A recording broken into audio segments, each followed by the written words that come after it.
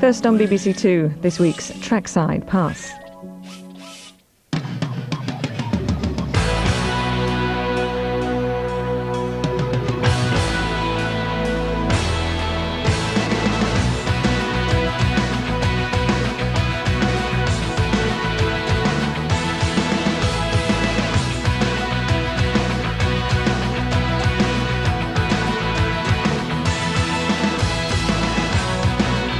In Top Gear Motorsport this week, Tony Mason reports on the Atlas Rally in Morocco.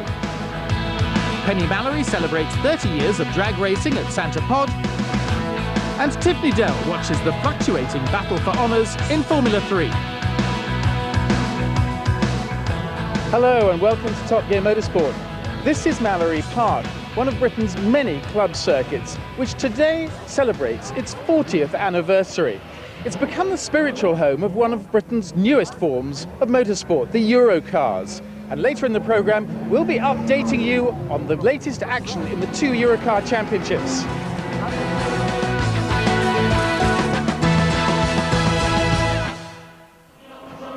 The third round of the World Cross Country Championship started like the first, the Dakar, in Spain. And as on the Dakar this year, heavy rain caused one of the 2 Spanish stages to be cancelled. This was not quite what was expected on Morocco's Atlas Rally. At the end of the first day, Jose Maria Servia's diesel Toyota led the car category from American Darren Skilton in his Jeep, here outmanoeuvring Jean-Louis Schlesser's Seat engine buggy on a tight hairpin. Bike favourite Austrian Heinz Kinnegartner was back in 5th, hoping for better luck than on the Dakar when his engine seized. The first Moroccan stage from Casablanca to El Kaziba soon brought trouble for 2 of the 4-wheel favourites. I made a really bad mistake. We got out first on the road and things were going well, and we came up to these bumps over here and just hit them. The Americans couldn't repair their broken front axle and the Jeep would go no further, like the French Nissan of Pierre Delaverne, sidelined with a broken turbo hose. Exploiting his local knowledge, Casablanca-based Frenchman Patrick Bourne won the second stage, but Servia still led overall by just 26 seconds, despite only finishing 8th. With Kinnegartner getting lost while leading the field, Spaniard Jose Acaron took the stage honours, while the overall lead was shared by Richard Sainct and fellow Frenchman Michel Fabre, taking an interesting line around this bend and enjoying his first ever African rally. Day 3 took the competitors over the fabulous Atlas Mountains to Risani. Kinnegartner really turned on the heat, blasting through from 8th on the road to finish 2nd and take the overall lead. He was 6 minutes quicker than Acaron, now up to 3rd. Between them was Alan Perez on his Kawasaki, splitting the 2 KTM riders. In the 4-wheel section, Jean-Pierre Fontenay asserted his authority in the Mitsubishi, taking 2.5 minutes off the leader, Servia, who was just 12 seconds ahead at the end of the day. Schlesser found the slippery mountain tracks less than ideal for a 2-wheel drive buggy, and he lost 5 minutes to Fontenay.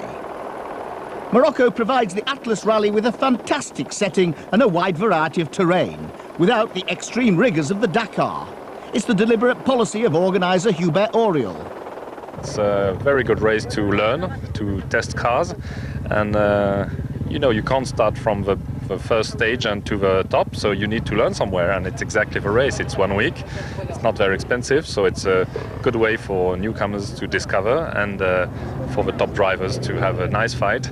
Different way of the Dakar, because on the Dakar, of course, the stages are longer, but here they arrive around noon or a little later. They have all the afternoon to speak about their own stories, how they did the race, and it's a kind of mixture between the race and holidays. It wasn't much of a holiday for the leader, Jose Maria Servia, when his front diff broke. The Toyota wasn't very effective with rear drive only in the sand, and he lost 90 minutes. Jean-Pierre Fontenay was in no position to capitalise on the misfortune, as his Mitsubishi was struck by fuel vaporisation as the temperature soared to over 45 degrees. Which meant Schlesser leapt to the front, grabbing a 22-minute lead over Fontenay. Third were the Joanneau brothers in their Porsche engine Daytona buggy, also two-wheel drive, but designed that way and with a weight to match. Arcaron's challenge faltered when he hit a rock 100 metres from a passage control. He remounted to finish, but in great pain. Examination revealed a broken leg, and he was out. It meant Kinnegarden's lead was up to 10 minutes, despite some difficulty navigating through the dunes. On the run to Marrakesh and the finish, he held his own, showing no sign of letting up to take a deserved victory. When Fontenay lost 45 minutes changing a broken rear hub, Schlesser's position at the head of the leaderboard was equally secure, and he won by over an hour. I think our car is not bad. Our team are very proud of it because the mechanic works very hard. I think I have to give them this victory. I think that was the result of no mistake, good preparation. That's it.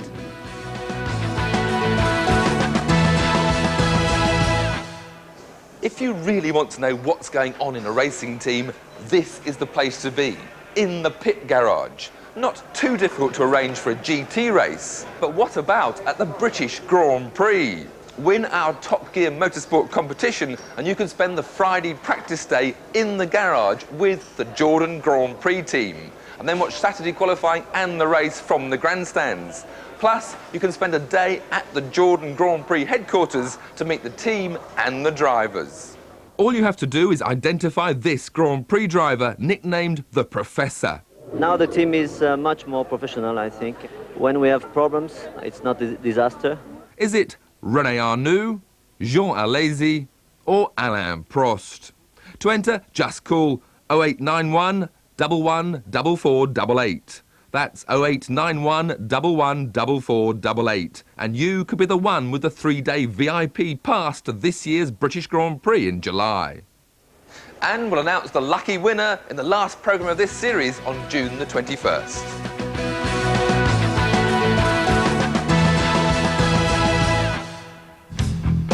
If you believe the legend, drag racing's roots came from the American moonshine days in the 20s. 40 years on and Britain was really taking the sport seriously. But it was 1965 with the creation of Santa Pod that put us on the world stage. Last month, they celebrated 30 years of action. I hate to dent your egos, chaps, but you're just not cut out to dominate drag racing. Because the fastest driver is a lady, Vivica Averstedt, and all 5 foot of her has travelled at 291 miles an hour in just over 5 seconds. And this weekend, she hopes to be the first driver in Europe to break the 4-second record. Also trying to get under 5 seconds are last year's European champion from Denmark, Jens Nybo. From Germany, Rico Anthers. In a Top Fuel dragster for the first time, Gary Page. Britain's Andy Bad Boy Carter and 93 champion Pelle Lindelof from Sweden. It's wonderful to beat the guys. I mean, I'm the fastest person in Europe, so I mean, it feels very good to be that, I promise you. Surprisingly, you can lose your race, not here at the finish, but all the way down there at the start. Fail to warm your tyres up and lay down enough rubber and you won't get good traction off the start. On the Christmas tree, the amber lights are only full on for 0.4 of a second, and they say if you see the full green, you've lost the race. There's no way of getting into these monsters elegantly, especially if you're small. Vivica competes at the top of the sport, Top Fuel dragsters. They run on nitromethane and produce nearly 6,000 brake horsepower from their 8-litre engines. But now and again, things do go wrong. Gary Page's engine apparently leaked fuel and the fire marshal told him to shut down. That left Vivica to run the quarter mile on her own. Even so, she set a brilliant time of 5.33 seconds, travelling at just over 246 miles an hour. Next up was Rico Anthers, facing Jens Nybo on the near side. He left Rico standing, but he clearly had difficulty keeping his dragster in a straight line. Still, he set a time of 6.34 seconds. But it's not all over for Rico. Jens is disqualified for running out of his lane. In a single run, the engines will consume 13 gallons of nitromethane, or not if your clutch can't handle the power. Andy Carter's left on the line, and Peli Lindelow is through to the semis. The idea is to run the engine to within an inch of its life for 5 seconds and then shut it off quickly before it blows up. All that stress means an engine rebuild before the next race, which gives the drivers plenty of time to reflect on their run. Maybe I should be pleased, but I'm not, because 5:33, it's not so good time, but compared to, we herded a lot of parts and we dropped 2 cylinders, so I ran with 6 cylinders.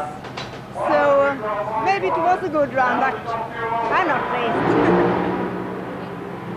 The next category down is called top alcohol, and the cars run on methanol instead of nitromethane, which means they only push out about 2,500 to 3,500 horsepower, but still reach speeds of up to 230 miles an hour in a quarter mile. In top alcohol racing, the dragsters are pitched up alongside the funny cars. Funny cars are loosely based on production cars with less stability due to a shorter wheelbase. Alex Yoon's Dodge Daytona came up against Peter Beck's dragster. It's neck and neck all the way, but Beck wins by 0.02 of a second at 6.4 seconds. Barry Sheevels has been British champion for the past 2 years and is ranked 4th in Europe, and the last person, rookie Mick Gleadows on the far side, wanted to come up against in the first round, and he struggled. Despite the win, even the experienced Barry had a hair-raising moment. You focus yourself on the end of the track normally, you know, and look at the end of the track, and when you start seeing the sky, it's a really unusual sensation. But luckily for me, it wasn't a blowover. If the wind gets underneath the car, then they go over. Blowovers are something you don't worry about in the Pro Modified section. They're affectionately known as door slammers because they've got 2 doors. They've also got 4 gear levers to get through in 3 seconds, and they run on high-octane petrol with nitrous oxide injection.